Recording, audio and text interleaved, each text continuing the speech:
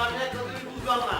আমরা কি না খেয়ে মরে যাবো নাকি বুয়া তোমার কইছে আমার বন্ধু কয়ে গেছে না যে খাওন দিতে তুমি খাওন পাঠাও না এটা কোন ধরনের কথা এটা একটা স্কুল স্কুলটা টিকতে হইব না মানুষ না খেয়ে মরে গেলে কি স্কুল টিকবো এই জিনিসগুলো তো তোমাকে খেয়াল করা দরকার এই এই আমি লুঙ্গি দিতে কথা কইতে লুঙ্গি আগে নামাই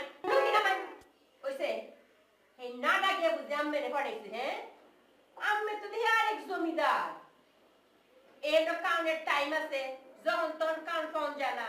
আর এদিকে একটা বুটে হ্যাঁ আর আমি বুটেলের মেশিয়ার যে আমার কইবেন আমি কাউনে যায় গিয়া কেরে বর্তমানের সময় আমি মেরে কইছে না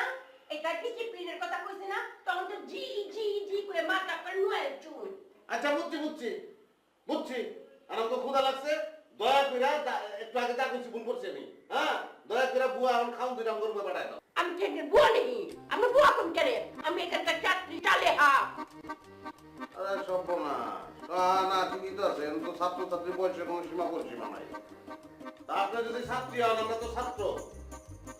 সেই হিসাবে তো আপনি আমাকে বান্ধবী না বান্ধবী বন্ধুরা কি খাইলো না খাইলো একটু খোঁজ খবর রাখবেন না এটা তো রাখা উচিত চলে দুটো নাস্তা রুমে দিয়ে আমার তো বন্ধু কথা নিয়ে দরকার নাই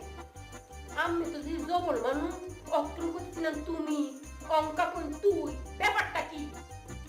দোস্ত হিসাবে কইতাছে দোস্তরে দোস্ত তুই কইব না কাউন্টা পাঠাই দিস কাউন আন পাইতেন না সময় মতো কাউনে তখন ডাইকে আনবাম তখন গরমে টিপ মেরে বই থাকুন আরে সব বোনাস রে কোথা লাগবো আমার খাওয়ানোর ডিসিশন দিব দোস্ত দুইটা টোস্ট বিস্কুট খাই দে না